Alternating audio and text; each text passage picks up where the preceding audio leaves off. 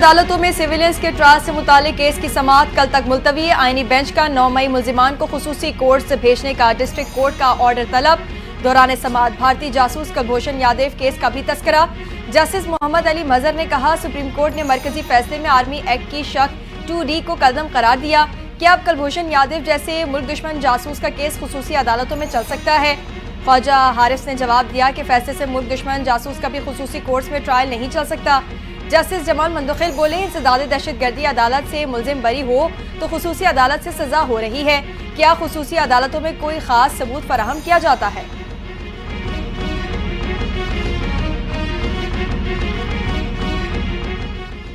عوام کو سستی بجلی فراہم کرنے کا خواب چکنا چور ہو گیا۔ IMF نے بلوں میں سیلز ٹیکس میں کمی کی حکومتی تجویز مسترد کر دی۔ کہا قرض پروگرام کے تحت نئے ٹیکسز سے چھوٹ نہیں دی جا سکتی۔ سیلز ٹیکس چھوٹ سے ٹیکس اہداف کا حصول ممکن نہیں رہے گا۔ وفاقی حکومت نے سیلز ٹیکس میں کمی پر IMF سے رائے مانگی تھی۔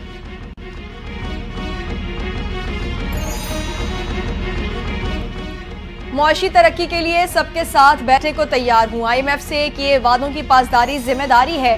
وقت آنے پر IMF کو خیر بات کہہ دیں گے۔ وزیر اعظم شہباز شریف کا پاکستان اسٹاک ایکسچینج میں تقریب سے خطاب۔ کہا ملک میں معاشی طور پر استحکام آ گیا، معیشت دوبارہ اپنے قدموں پر کھڑی ہو رہی ہے۔ شرح سود 13% پر آ گئی، اب بھی 8 پوائنٹس کمی کی گنجائش ہے۔ اڑان پاکستان پروگرام سے معاشی ترقی اور خوشحالی آئے گی۔ معاشی ترقی کے لیے برآمدات میں اضافہ کرنا ہوگا۔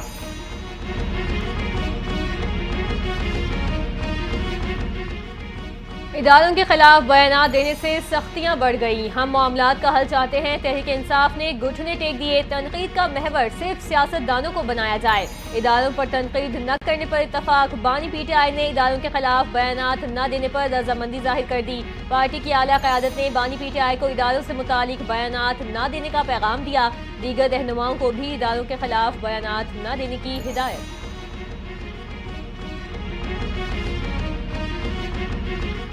حکومت PTI مذاکراتی کمیٹی کی بانی PTI سے ملاقات کا وعدہ پورا نہیں کر سکی۔ حکومتی مذاکراتی کمیٹی کے ترجمان سینیٹر عرفان صدیقی نے تسلیم کر لیا۔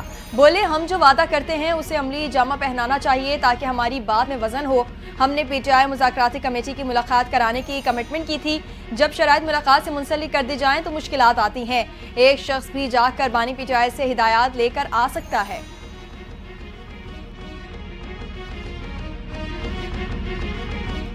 بانی PTI سے ملاقات کے بغیر تیسری مذاکراتی نشست ہوئی۔ 9 مئی اور 26 نومبر پر جوڈیشل کمیشن نہیں بنایا گیا تو شاید چوتھی نشست نہ ہو۔ تحریک انصاف کی مذاکراتی کمیٹی کے ترجمان صاحبزادہ حامد رضا نے خبردار کر دیا۔ کہا حکومت ملاقات کرانے کا وعدہ پورا نہ کر سکی، اب لکھ کر دیں گے کہ اس کے کوئی مطالبات نہیں۔ کمیٹی نہیں کھیلنا چاہتے، عملی اقدامات چاہتے ہیں۔ بگنگ ڈیوائس لگا کر سننے والے لوگ شاید نہیں چاہتے کہ بانی PTI سے ملاقات ہو۔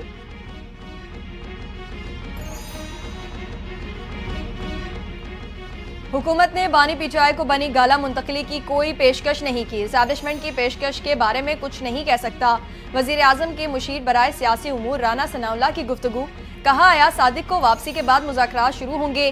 190 ملین پاؤنڈ ریفرنس کے فیصلے میں تاخیر کا مذاکرات سے کوئی تعلق نہیں۔ علی امین گنڈاپور کے رابطے دونوں طرف نہیں بلکہ چاروں طرف ہیں۔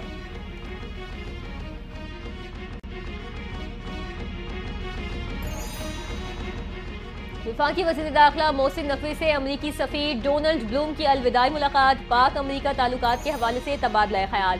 وزیر داخلہ محسن نقوی کا امریکی سفیر ڈونلڈ بلوم کے لیے نیک خواہشات کا اظہار۔ امریکی سفیر نے پاکستان میں حالیہ دہشت گردی کے واقعات کی مذمت کی۔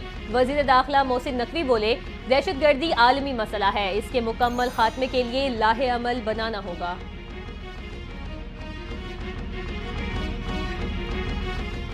نون لیگ کی حمایت سے پیپلز پارٹی کو نقصان ہوا۔ پیپلز پارٹی حکومت کے اتحادی ہے، حمایتی نہیں۔ نون لیگ کا ساتھ دینے کا فیصلہ سیاست نہیں، ریاست بچانے کے لیے کیا تھا۔ پیپلز پارٹی پنجاب کے سیکریٹری جنرل سید حسن مرتضیٰ کا بیان۔ کہا حکومت اور تحریک انصاف کے درمیان مذاکرات کامیاب نہیں ہوں گے۔ مذاکرات صرف ایک شخص کو بچانے کے لیے ہیں۔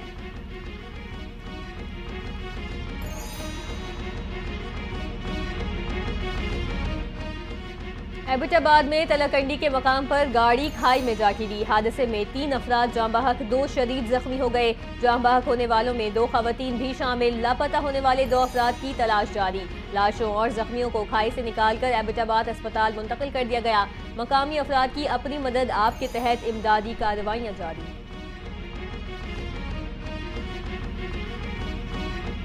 پاکستان اسٹاک ایکسچینج میں مندی کا رجحان، انڈیکس 1,14,000 کی سطح سے نیچے آ گیا۔ اسٹاک مارکیٹ کے 100 انڈیکس میں 262 پوائنٹس کی کمی، انڈیکس 1,13,886 پوائنٹس کی سطح پر آ گیا۔ گزشتہ کاروباری دن کے اختتام پر 100 انڈیکس 1,14,148 پوائنٹس پر بند ہوا تھا۔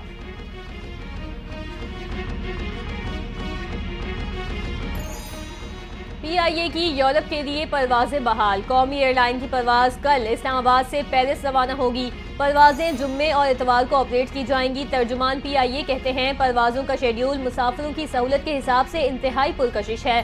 مسافر ناشتہ پاکستان میں اور دوپہر کا کھانا پیرس میں کھائیں گے۔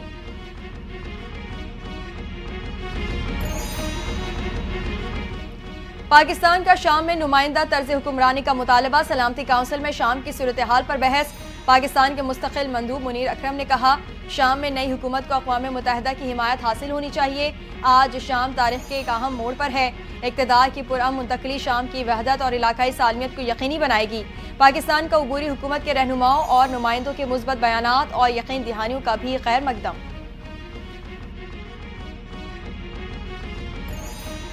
طور پر 1,79,210 عازمین حج کا کوٹا مل گیا۔ 89,602 لوگ سرکاری اسکیم کے تحت حجاز مقدس کا سفر کریں گے۔ حج پالیسی دستاویزات کے مطابق اسلامی نظریاتی کونسل کی جانب سے مقرر کردہ شرائط کے تحت خواتین اکیلے حج کے لیے سعودی عرب کا سفر کر سکتی ہیں۔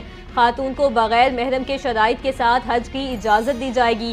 اکیلے حج کے لیے جانے والی خواتین کے لیے والدین یا شوہر کی اجازت لازمی قرار دے دی گئی۔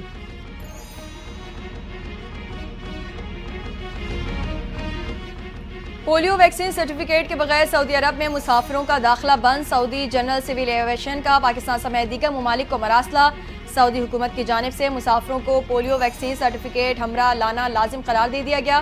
پولیو ویکسین سرٹیفکیٹ 4 ہفتوں کی مدت پر مشتمل ہوگا۔ پرائیویٹ طیاروں کے ذریعے آنے والوں پر بھی شرط لاگو ہوگی۔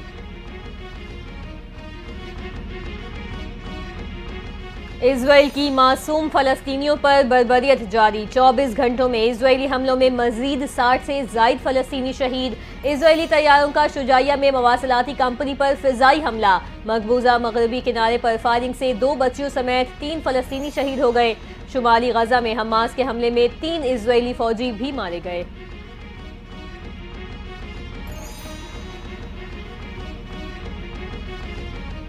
اسرائیل کی ہٹ دھرمی جاری، صہیونی حکومت نے گریٹر اسرائیل کا نقشہ جاری کر دیا۔ نقشے میں مقبوضہ فلسطینی علاقے اردن، شام، لبنان اور دیگر عرب ممالک کو ریاست کا حصہ دکھایا گیا۔ فلسطین، سعودی عرب، قطر، اردن، متحدہ عرب امارات نے متنازع نقشے کی شدید مذمت کر دی۔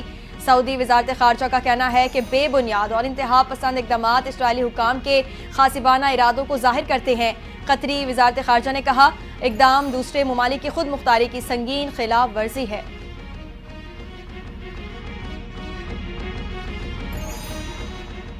امریکی شہر لاس اینجلس کے نزدیک جنگلات میں لگی آگ بے قابو، فائر فائٹرز کی مدد کے لیے نیشنل گارڈز کے اہلکار تعینات۔ 4 مقامات پر لگنے والی آگ سے 5 افراد ہلاک اور درجنوں زخمی ہوئے۔ 1000 سے زائد گھر اور کاروباری مراکز جل کر خاکستر۔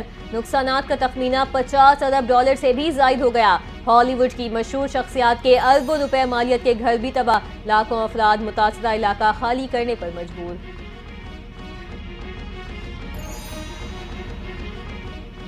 طالبان وفد کی اماراتی وزیر خارجہ شیخ عبداللہ بن زید سے ملاقات، امارات کی افغانستان میں ترقی کے لیے مکمل حمایت کی یقین دہانی، تجارت بڑھانے اور افغان تاجروں کے لیے مارکیٹنگ کے مواقع فراہم کرنے کے لیے تکنیکی کوششیں شروع کرنے کا فیصلہ۔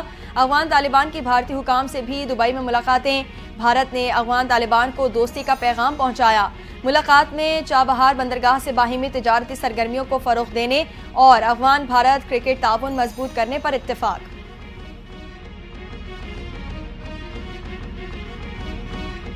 قومی کرکٹر سائم ایوب کے بعد حسیب اللہ بھی انجری کا شکار. پریکٹس کے دوران ہاتھ پر گیند لگ گئی. گہرا کٹ لگنے کی وجہ سے ہاتھ پر ٹانکے لگائے گئے. حسیب اللہ کی ویسٹ انڈیز کے خلاف ٹیسٹ سیریز میں شرکت مشکوک. قومی کھلاڑی حسیب اللہ آج ٹیم کے ہمراہ وطن واپس پہنچ رہے ہیں.